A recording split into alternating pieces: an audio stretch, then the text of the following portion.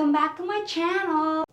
Today's content is actually relatable because I asked some of my colleagues and friends that are also teaching in different countries, not only in Thailand. Some of them are in the Philippines, some of them actually in China. Anyway, this episode is quite informative. And before I start this, I want to say hi to all my friends that are stranded in the Philippines. Cheryl, Teacher Cheryl, Repolyo, and Teacher Maisie Moreno, Teacher Matt Passes, Teacher Billy Bertoses. I hope you guys can come back as soon as possible because we miss you. And yeah, let's start. So I asked some of my colleagues and friends, why did they become a teacher, or why did you become a teacher? And from a scale of 1 to 10, how much do you love your job? And here are their answers. Now let's start. This is from Teacher Alan from England. Why did you become a teacher? The only non-restricted job for foreigners here in Thailand, which is also correct. Most of the foreigners here are teachers because teaching is the in-demand job for foreigners or even for Filipinos actually. And from a scale of 1 to 10, he just wrote 3 out of 10. He must love his job so much. And from Teacher Jackie from the Philippines, it's a choice. It's not my first choice, but I want to be 1, 2. And also, it's the available job that time and it is aligned to my degree. Fair enough, Teacher Jackie? And this one is from Teacher Amy from England again. Teaching best suits my skills and children are hilarious. 8 out of 10. Okay? That's nice. And from Teacher Divine. Why did you become a teacher? It's inspired by my family and it's my passion. Charot. Talaga lang, Besh? Walang ganun, Mars. Talaga lang ba? Okay, here we go. 8 out of 10 also from Teacher Divine. From Teacher Joy. Why did you become a teacher? Teaching wasn't my first choice when I was selecting a college course, but my family wanted me to become one because a lot of my relatives are teachers too. Okay, that's fair enough. I think it's the same case as mine. I didn't want to be a teacher when I was in college. It was just the degree that most of my friends also taking that time. So I was, okay, I'll be a teacher too. And 8 out of 10. Why? Because I love kids and the fact that I am a small speck of their lives. I am proud that I have been part of them. Okay, and this is from Teacher Girly from the Philippines. Teaching is my passion and I love kids. It's a wonderful experience to see them growing and learn something from you each day. 8 out of 10. Most of them said teaching is their passion. Talaga lang ba? Charot-charot kayo ha? And then from Teacher Murray from Australia with love, he said, and I quote, why did you become a teacher, Teacher Murray? And this is what he said. This is not a joke. Because I want to work with Teacher Mary Chris. See? And guess who is Teacher Mary Chris? It's me. And from scale of 1 out of 10, he wrote 12. 12 out of 10. Okay. How about, before I continue reading the answers from my friends and colleagues, how about let's change the background because I like to do that. Now, the next question is actually for a very good friend of mine. She is in the Philippines. She's teaching in the Philippines. And she is Teacher Nana. And this is the question. You are a mom of 3.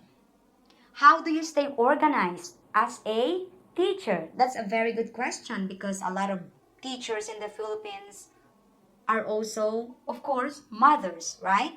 So this is her answer. I struggle, but with the time management, I do. So, time management po ang sagot niya. Being a mother and at the same time teacher is indeed difficult, pero dapat kayanin. Kasi need ng mga bata yung kalinga. Kahit busy, I find time to prepare them food, check their schoolworks, bonding kapag Saturday and Sunday. Kahit mahirap, we travel and go to the malls or food bonding, and she said she has a very, very supportive husband. That's a very good answer, Teacher Nana. Thank you for that. Now, let's go to the next question. This is for Tristan. How is teaching in the Philippines different in Thailand? Because he's also a very good friend of mine, Tristan. So, sabi niya, baka maiyak ako. I was an OFW and a teacher for 6 years. Teaching students from various levels in a foreign school was challenging and at the same time enjoyable. The paycheck was generous and the facilities and equipment provided to the teachers were useful and made teaching a breeze. What lacked my teaching experience in a foreign country was the self-fulfillment. Oo, charot! Totoo ba tan? Totoo. It was all fun and enjoyable to make lesson plans and excite them in class, but at the end of the day, there was a void inside me that could not be filled. Wow! Grabe, napaka makabaya naman ito. I returned to the Philippines and is now having challenges in educating Filipino learners. I am proud to say that I am now on the 15th year of my teaching career. I am proud to say that I am now on the 15th year of my teaching career. Most of all, I never look back. Para naman itong Dear Charo.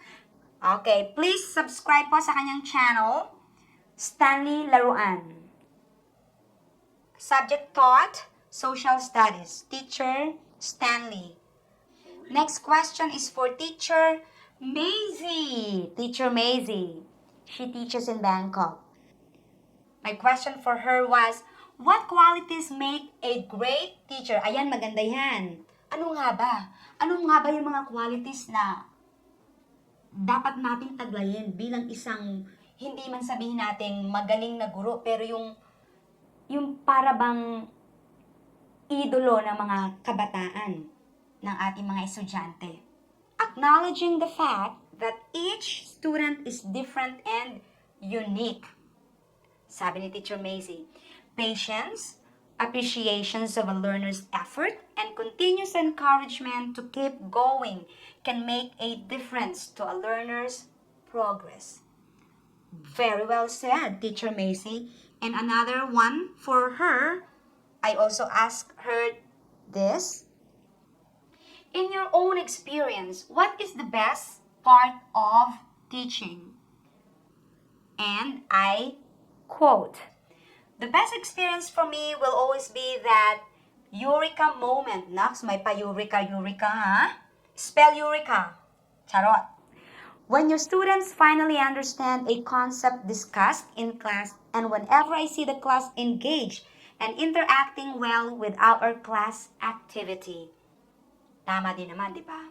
Pag ganun yung parang, ay, natuto siya sa akin. Ang sarap nga ng feeling as a teacher. Sobrang priceless. Okay, and next questions. In your own experience, what is the hardest part of teaching? And I quote, I must say it's a case-to-case basis. In my experience of teaching, getting classwork checked, workbooks, quizzes, etc. can be really tedious. Topped with other forms of assessments like grades and reports, doing overtime, take-home work is almost second nature to teaching. Correct. Correct ka dyan, Besh. Correct, Juding. May ganun ba? May ganun ba, Mars? Totoo yan, totoo. Buhay na yan ng mga guro. Yung mag-take home ng mga trabaho sa bahay. And of course, ang napapanahon na tanong, this question, another question that Teacher Macy answered, how is COVID-19 affecting our educational system right now? Magandang tanong yan. Napapanahon. Now, ito po yung sagot niya. As to how some countries has responded, COVID-19 has exposed that a certain country's educational system can make a compromise and shift its priorities in order to ensure the students' safety from the pandemic.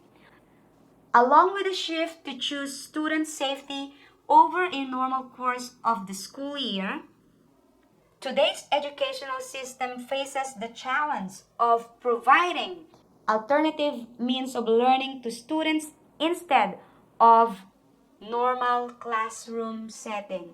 Totoo, right now we are all experiencing online teaching because face-to-face is not safe. That's what they said. But in Thailand, we are going to start July 1. July 1, we are going to start face-to-face class. So good luck to all the teachers here in Bangkok or in Thailand. So the next question is for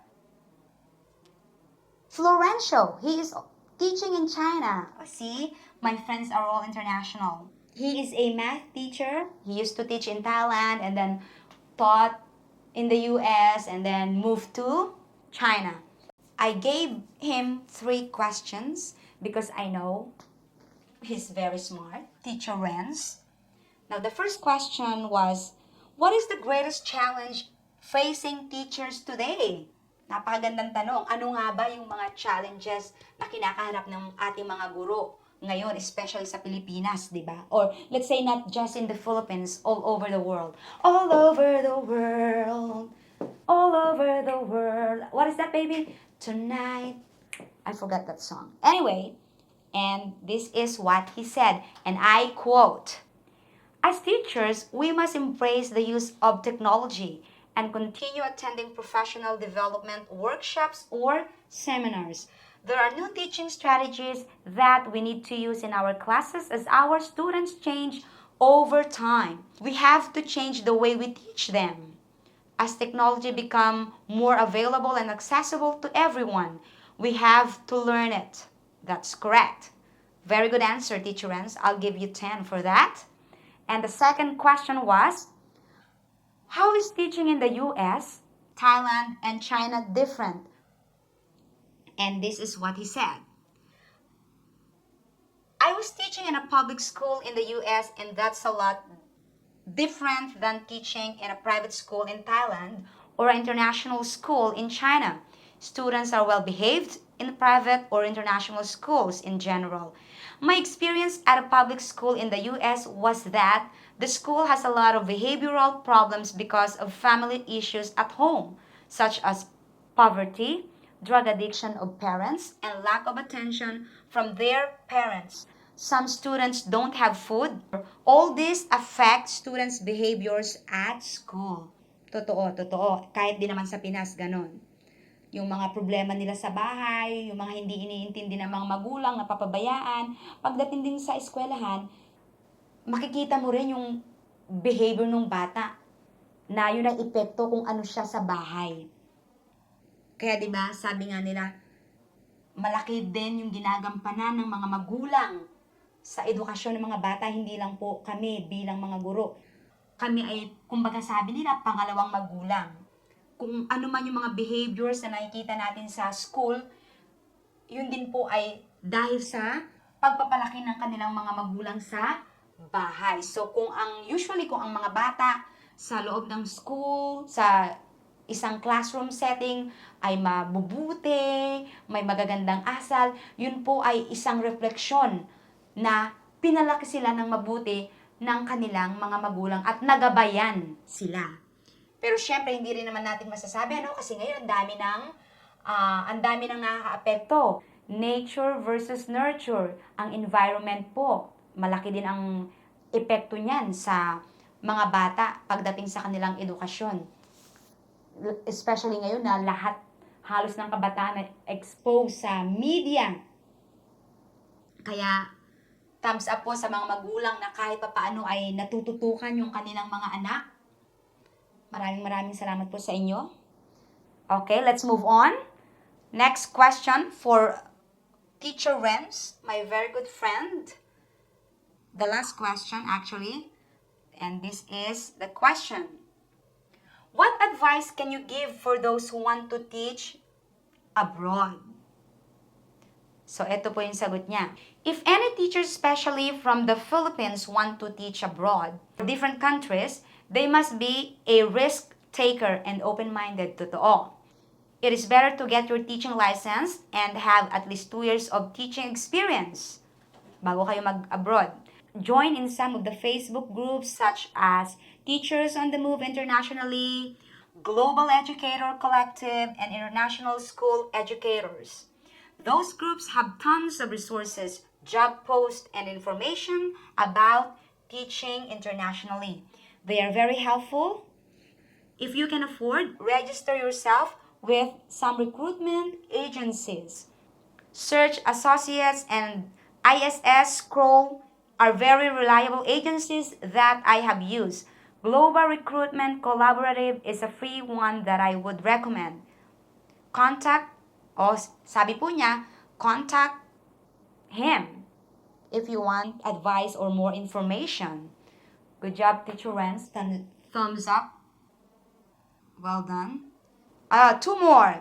This is for a very good friend of mine also, Teacher Giselle. Okay, here is my question for Teacher Giselle. What can you advise for those who want to teach in Thailand? Here. And this is what she said. Give it your best, show them what you can do, but don't take the work too seriously. Learn to have balance between working and having fun. I think you can be more productive that way. For young educators, start making long-term goals. It's a must. Well done, Teacher Giselle. This is a question for Teacher Jinky. So maybe she's joking. Is she joking? How do you discipline students who misbehave or disrespectful? And this is what she said. Bad point for misbehaving or being disrespectful. Sometimes I bully them. Charot. Joke lang po. Joke niya lang yun. I'm sure she was joking. Okay, are we done? Do you have more questions? That's all for today, guys. I hope you learned a lot, especially for those newly graduates, young educators. Those are all the tips for you guys. I hope you liked it. Hit like, share, and subscribe. See for cool.